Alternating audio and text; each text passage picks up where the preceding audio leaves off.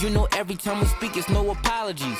This is Wicklow Healthcare Advisory, presenting industry insiders, brought by Bill Murray. He help you in a real hurry. From ownership to healthcare, he an advocate, teaching you how to buy and sell practices. From CPAs to attorneys, all guests, here to help you with your goals. You never know who's on next. This is Wicklow Healthcare Advisory. Let's go! Let's go! All right, everybody. It is spring. Spring is springing. We're almost at spring. We're kind of in spring. It feels like in New England. There's a day of 60 degrees and then a day of 18 degrees. But it's a great day. We've got a really great guest for you today. To all of our listeners who have been following along, thank you so much for your support. Industry Insiders is taking over the airwaves, I'm being told. I'm only being told that by my wife. I think she's just being nice to me. But anyway, we digress. Today we have a really great guest. Again, I've known this individual for years. And when you think about what him and his company does, there's a couple things that I wanted to make sure was introduced to you today. One is he's a fellow entrepreneur. So for all of you practice owners out there that have started a business, bought a business, did a business from scratch, he understands your plight, just like I do, because I started Wicklow. So he started his own firm. And secondly, he focuses on an area that, I'll be honest, it can be a little boring. A lot of people love to talk to attorneys, and I promise you that he's not billing us for this next hour. But he's a fantastic healthcare attorney, entrepreneur, has his own firm, focuses on all healthcare verticals, does work in the DSO space, does work in private sales space, and is one of the top attorneys that I've worked with Wicklow and then formerly at my previous life in lending. So without further ado, I'm going to introduce everyone to John Eskow of the Eskow Law Group. John, come on in. Welcome. Thank you, Bill. I'm thrilled to be here. That's quite the intro and quite the opening. And you're right, it is spring. This is like one of the 5 days that it's nice to live in New England.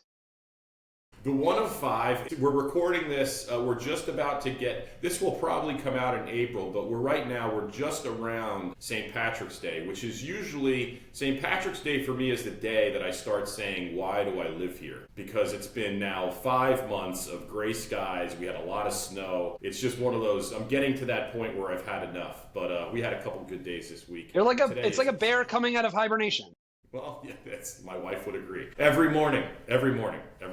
Well, listen, John, thank you so much for joining. Obviously, we've known each other for years. You're a fantastic attorney. I've done work with you when you've represented sellers, you've represented buyers, you've done lease agreements, you've done transactional work. Talk to us a little bit about Eskow Law Group and how that came to be and your history here in the healthcare vertical. Yeah, no, thanks. I appreciate the opportunity, Bill. Love what you're doing with Wicklow. Love this podcast. It is breaking the airwaves. I can see the list after this podcast, after they hear us do our thing, it's going to be like top 10 on Apple, Spotify, wherever you get your favorite podcast. Exactly. No, Eskow Law Group is really has been a passion of mine to build. I grew up in a family of doctors.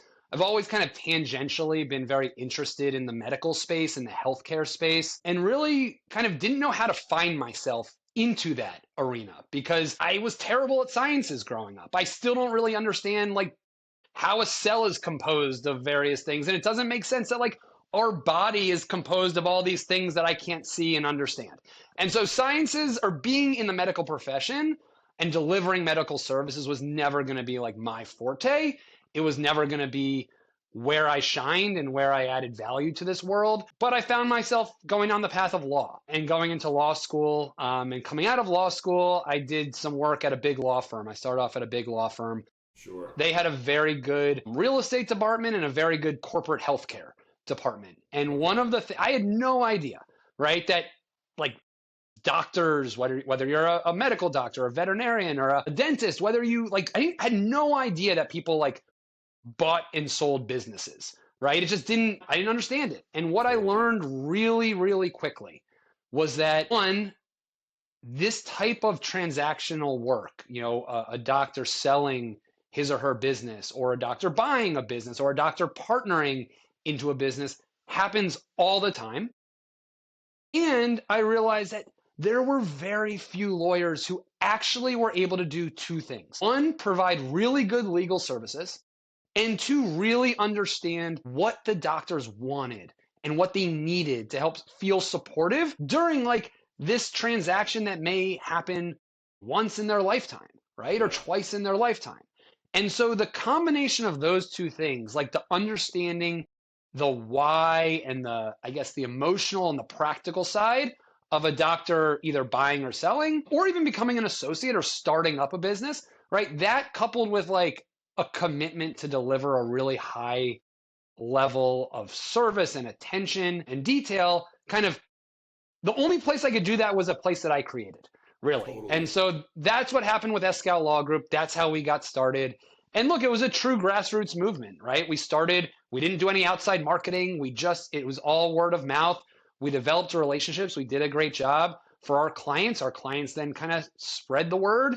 And look, we're at the point right now where we're doing, I mean, it's not all we do, but we're doing about 130 healthcare mergers and acquisitions a year. So people buying, people selling, people partnering. And we do a lot of work with corporate structuring for groups that are looking to kind of grow beyond one or two locations.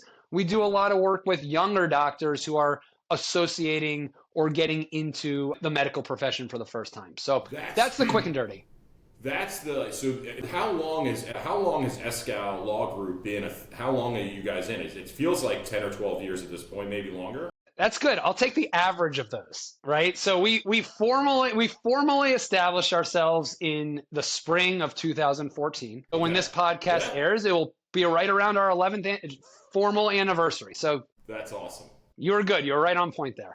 So you know, it's funny. Like I feel like your career in the Eskow Law Group business has also evolved along with, I think about the dental space, the veterinary space.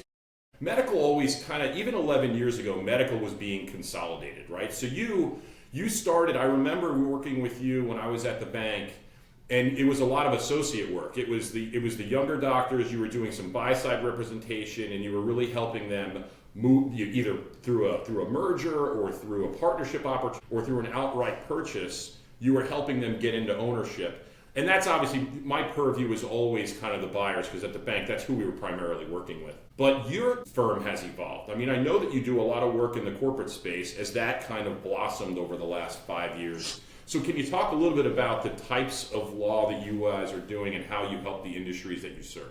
Yeah, so the first thing I'll say is it's healthcare exclusive, right? So this is not, a firm that, hey, we do some healthcare law and we do some residential real estate closings and some bankruptcy, right? Or we are 100% focused in healthcare. That is by design, right?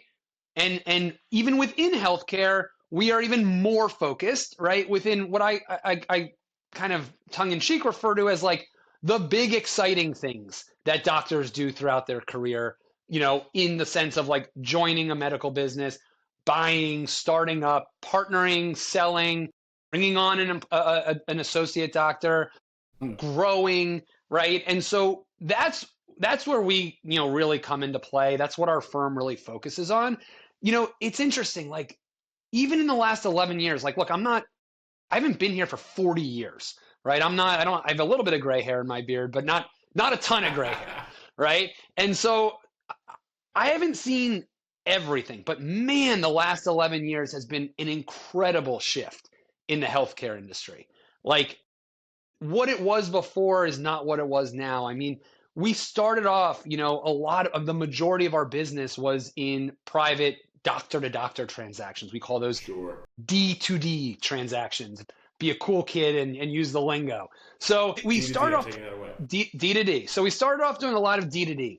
And then, man, the corporate side of things just went bananas, right? And it is super important to us as a firm to be able to support doctors. We call it spanning the globe, but across the spectrum of what they may need from a transactional standpoint. So if a doctor is going to join a corporate group, right, we can't just focus on private D2D transactions, right? If someone wants to do a $100,000 merger, like a little small merger, we can't just have our eyes on doing, 8, 9-figure massive private equity deals, right? It's really important to us. And like, it goes back to like, you talked about being an entrepreneur and starting from, something from the ground up, but like, it's really important to us that we can meet the needs of all of our clients, no matter where they are. And it's really fun sometimes to help our clients. We might have a buyer. They may buy a practice for like $500,000, right? Relatively small in the grand schemes of things dollar wise. Sure. And then that person they may grow that organically to, be $1 million, $1.5 million, $2 million. Then they may buy another practice and another practice. And all of a sudden they've bought one. We helped them in the beginning buy one practice at $500,000. We maybe then be helping them sell their business for 8 figures, right? Yeah. At the end of the day. And so being able to like support them on both ends of the journey and on the process is critical. And we also need to be able, when we're talking to sellers, like this is and you know this, I mean, better than anyone in the world that you live in, this is a wild time to be selling your business. There are so many options, whether you go to one of the big groups, whether you go to a group that's still big, but more regional based or local based, whether you sell to another doctor. And like, how can we do a really good job for our clients if we only know like a portion of the industry, right? We couldn't do what we do. So like, we have clients come to us and say, hey, look, like, tell me what you see in the market, and say, hey, these are the characteristics that are involved in selling to corporate.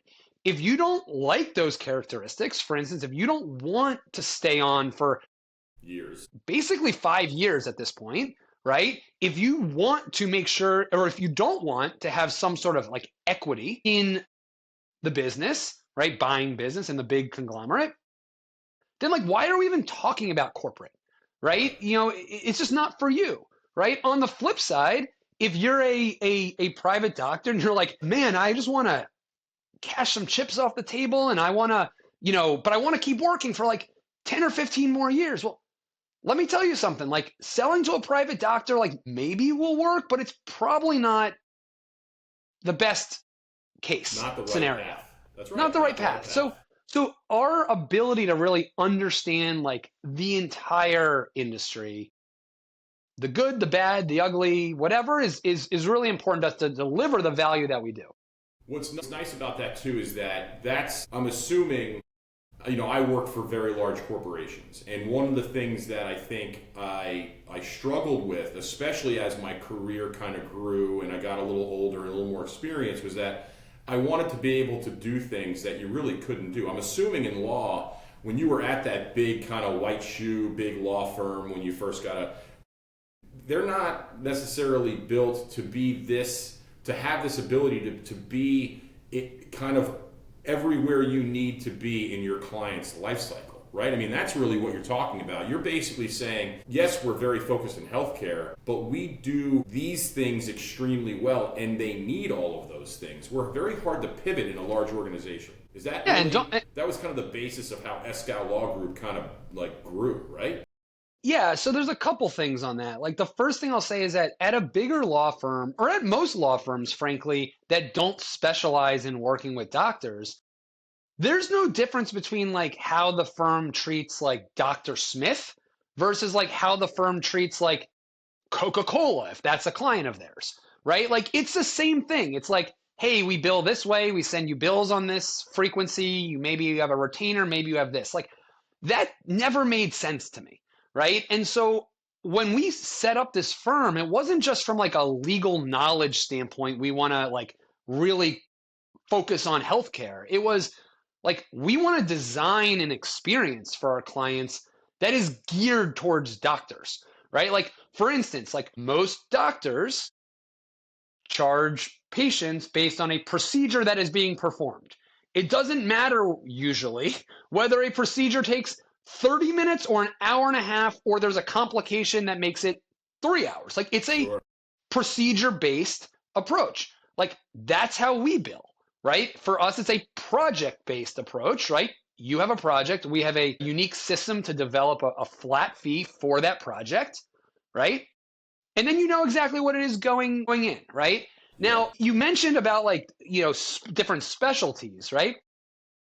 The reality is that in our firm, we have all the specialties that you need as a healthcare provider to do the things that we focus on. We've got the real estate expertise.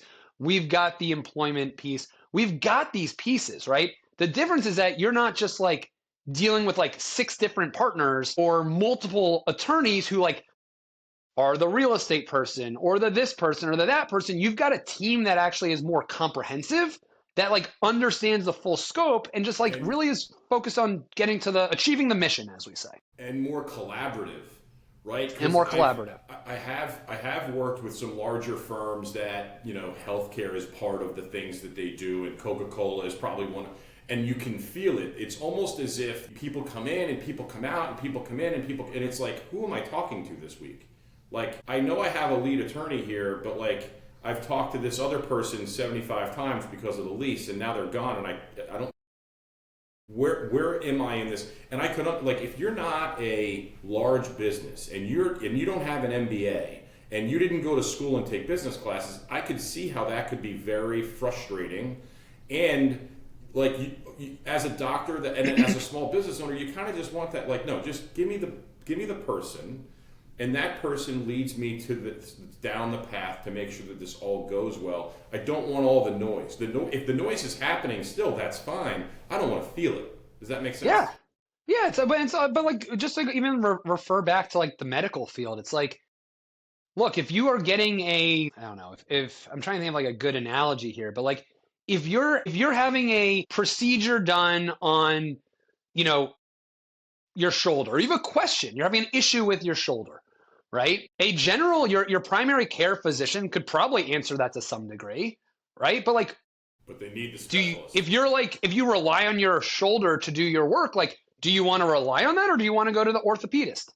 Yeah. Like, you want to go to the orthopedist, right? So, and that's not, again, like, this is not a negative on big firms or more generic firms or primary care physicians or more family, you know, medical practices. Like, what it is like, when you really, really need someone, right? Do you want to go to a generalist, or do you want to go to someone who specializes in that? Yeah.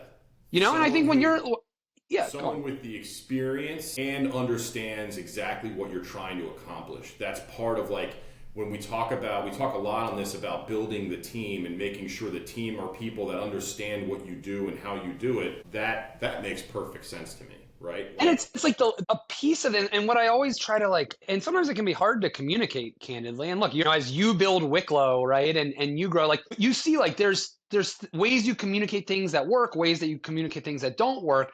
But like, one of the things that is also really powerful, I think, for us is, like, given that this firm was started by someone who like grew up in a family of doctors, like, every conversation I have and every way that we built this firm is like based on like me imagining how I'd communicate this to like someone in my own family, right? And so it's not just like the legal piece, right? It's combining the legal piece with that like level of empathy, understanding, practical knowledge that hopefully kind of elevates us. And look, we don't wear capes. We're not here to be heroes, right? But like, we just want to support our clients kind of in getting where they want to go. Because look, this is your blood, sweat, and tears, right? This is the business that you've built, or the business that you are going to be building if you're buying.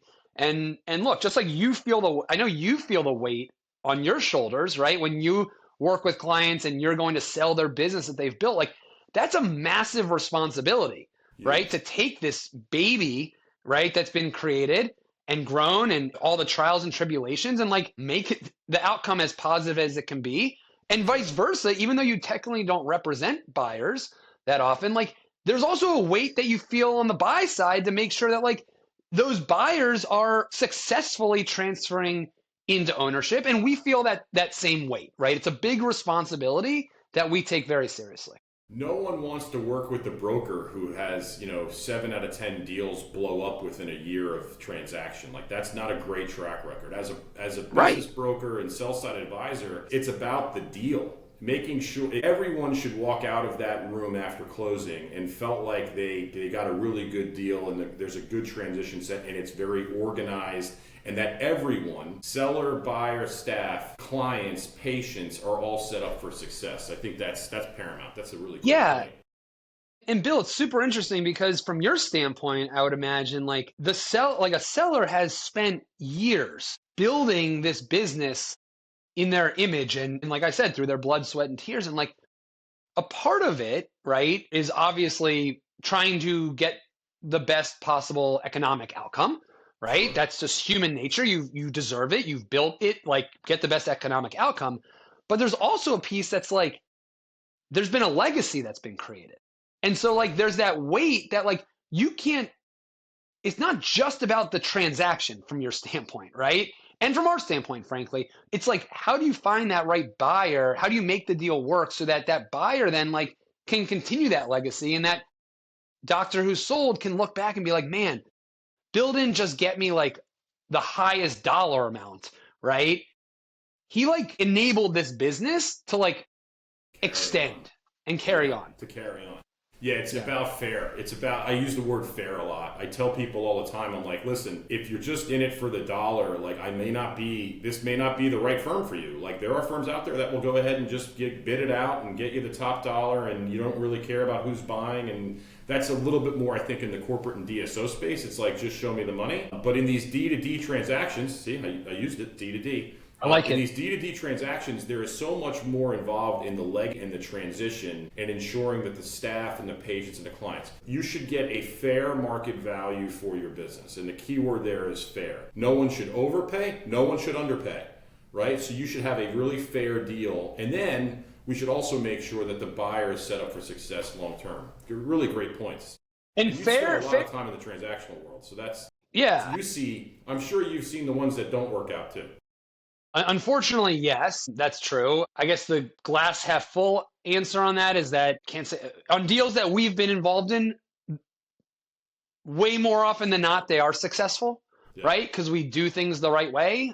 We work with people like you who also do things the right way, right? And I think a lot of it is a lot of the times that we've seen deals not be successful, right? Again, it's a small percentage, but like within that percentage, the deals that we see that have not been as successful, a lot of it comes down to like the simple stuff like expectation setting, right? Communicating around things, right? And I always say to people who are selling, look, just have the right expectations, right? If you're selling into corporate, for instance, and like you think that like you are going to continue to be like the king of the kingdom, right? And making all the decisions, like that's not an alignment of expectations, right? Or if you sell into corporate and you say, hey, like I know that I'm going to get 5 times my equity investment into the corporate group because that's what the corporate group told me, like that's also going to lead to disappointment and frustration. Now, these aren't like criticisms of corporate groups, but it's about more the expectation setting of like, if you have the right expectations and hey, I'm partnering with this bigger group, like there's going to be a lot of pros to that. There's also some realistic, maybe sacrifices I'm going to make. You're going to be just fine. You're going to be fine. You're going to be great. It's the people who don't have the right expectations, both from a buy side and a sell side. So to pivot then, like give us like 2 pieces of advice for a healthcare practice owner that's considering an exit. Let's say they're a couple years away, but that thought of retiring, that thought of selling and passing the keys on to someone else is starting to become more real every week that they walk into their business, right? Every week they walk into the practice, it's, I don't know how much longer I really want to do this much longer. What are some pieces of advice that you give to potential sellers out there? Yeah, it's interesting. I've been asked that question a handful of times, and I think people typically expect some like boring legal answer because that's what a lot of lawyers do. In section 9.4C, you should make sure that like heretofore and notwithstanding the foregoing. Now, I think for us, like we view it much more macro. And so the first response I give, and this is feedback that we give all of our clients who are selling, is what is your North Star? Why are you doing this? Like it is like people like think when they go to sell a business that it's just like they slide down a rainbow into like a pot of money, right? Like it's a crappy process, honestly, to sell a business. Like, and not only is it like a crappy process to sell a business, you're also working at the same time, Yes. right? So it's hard to sell a business. And so you have to have a real North Star, like a real why. Like I always cringe when we talk to clients who are selling. It's like, why? We ask them, what's your North Star? Why are you doing it? It's like, well, I don't need to do it. I'm kind of dipping my toe in the water, seeing if this, like, oh, geez, right? Like that's never going to be successful because you're never going to be able to get off the mat to actually do the things that need to happen in order to have a successful sale. And so really being able to articulate, and it doesn't matter what that North Star is. It could be like, I want to go see my kids.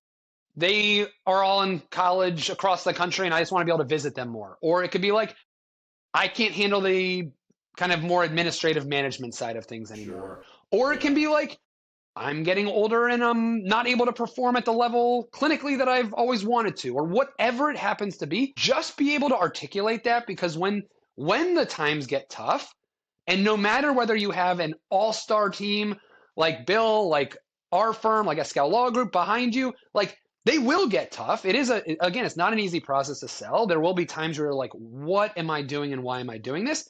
You got to go back to that North Star and be like, I remember why I'm doing this. So I think that's like the biggest like piece of advice. And I guess I'll just double down on the expectation setting as the second piece of advice, is just like aligning your expectations. Like if you have that North Star, meaning that you've like really both feet in, jumped in and decided that now is the right time for X, Y, and Z reasons to sell your business, make sure that you haven't like jumped in with 2 feet, but then like your brain is still like back at it as a practice owner, right? Because like it's just challenging. Like again, if you are going to sell your business, you need to have the expectation that you are no longer going to be a business owner. There may be certain things that a buyer does, right, after they take ownership that you wouldn't have done. Those things may end up being better. They may end up being worse, but like you have to recognize and be okay with the fact that someone else is going to have the keys to the kingdom. And just having those proper expectations can really, really lead to a positive transition. That's really great advice. And I think that's part of, especially in those work-back situations where someone sells, and maybe they sell to another dentist or they sell to a corporate group and they're expected to stay on for years, or at least you no longer own that business. And while you, especially in like a doctor-to-doctor transaction, while your expectation is I'm going to give advice or give my experiences, but I can't, you kind of have to let people, as the new owner, make those big decisions. And, if they ask your advice, certainly give it. If they ask for your experience, certainly provide it. But at the end of the day, it's their decision to make. You're there to help guide and give your experience. It's funny, especially buyers today, or new owners today in general, they grew up differently. They learned differently. I mean, there's so much difference between a 30-year-old that, went to dental school or veterinary school 5 years ago versus a 60-year-old that went to veterinary school 40 years ago. I mean, it's just the way that they went through that process was completely different. The technology that they were introduced to so much earlier in their career is different. So there's always going to be change. And you're right. Like, you have to remind yourself, like, I don't know, these keys aren't mine anymore. I just work here. Right. And that's not to say that you don't care about how things, like you've built this thing and you should care. You're not human if you don't care. It's just you have to like care while being okay not being the person who's calling the shots. Yes. Care and be okay with not always voicing your opinion when it hasn't been asked for. I know. And as a lawyer, that's a personal problem that I'm trying to work on, Bill, is as a lawyer, it's very hard for me to shut my mouth sometimes. And I do have some pretty strong opinions. You get out of here. Get out of here. I know. My wife is probably joining a support group somewhere so she can. She's with mine. Yeah, Danny and Rainey are doing their own thing and getting some emotional support for each other while we're having fun doing this. That's right. Listen, great conversation. We always end these insider podcasts with, what's your Wicklow? What's that retirement dream? And I know, especially for entrepreneurs, like it's hard to see it sometimes. So when I've asked this question to many people, they're like, I gotta be honest, I haven't really thought about it because I'm so in it. I'm so in it every day. But I'll ask you, John, what's your Wicklow? What's the retirement story? Yeah. Well, first off, I'm going to say I love the name of your company. I love Wicklow. Like I took the easy way out and just like slapped my name on a company. And you actually spent the time to like be creative and like have like different levels of like what the company means and what the brand means. And so kudos to you. Love the brand name, love why you chose it, love how meaningful it is to you and what it can mean to other people. Man, my Wicklow. So my look, we work hard at our firm. It's not easy. I'm not asking for sympathy for anyone, but it's not easy to be a lawyer. It's like kind of it can be a thankless job at times. Pretty tedious.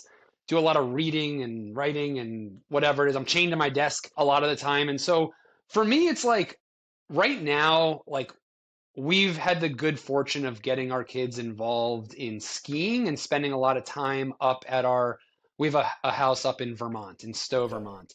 Like that is our absolute happy place. There is nowhere that I'm happier being than with my family up in Vermont, seeing my kids being outside, exploring the outside, being with our whole family and being outside and exploring the outside. So I think if I was to like think about my Wicklow, it has to be with like being outside in Vermont, enjoying the outdoors, kind of disconnecting. I mean, I'm on technology 99% of every day. Email, phone, this in my office. We joke about early in the podcast, we joked about like the 5 days a year that it's actually nice in New England. Like it doesn't matter because I'm inside in my office for 365 of those days, right? Yeah. So like I don't care what it is outside because like I'm not outside. But so spending time outside and like connecting with people without like the burdens of technology is really great. I love being active. And so I think that's probably my Wicklow to some extent, and just kind of spending time around family and hopefully taking everything that I've done and will continue to do here. I enjoy helping people, right? So I can't see myself. I don't think I'm going to be a lawyer when I'm 80 years old, right? I don't see myself, dying at my desk, so to speak, as morbid as that is. Yeah. But like, I definitely want to be doing something to help other people kind of throughout. But it'll probably be in the outdoors and in Vermont and hopefully with my family if they still love me. I'm sure they will. Fantastic. You. I love that. I love that Wicklow, and love that you spend that time with your family up in Vermont. I know you guys are there on the weekends, which is fantastic. I can't wait to get my two little ones on skis so we can do the same thing, because if you don't ski or snowboard or like winter sports in New England, it's a tough 5 months starting in You're watching a lot of TV. Yeah. Is the alternative. And on technology the entire time. And on technology, exactly. Right. You've got an open invitation to our place anytime to take the kids. We'll take you up on that. And go ski. All right. Well, perfect. John, listen, this has been, again, a fantastic conversation. So happy you joined us. Thank you for spending some time with myself and our listeners today. I know our listeners got a lot out of it. So just a really great opportunity for everyone to learn about you, your firm, and the team you have over there at Eskow Law Group, one of the best in the industry. We love working with you guys and really appreciate all that you do for the healthcare practitioners that you service. When someone wants to get a hold of you, if they're listening and not watching, what's the website? What's the best way to find Eskow Law Group?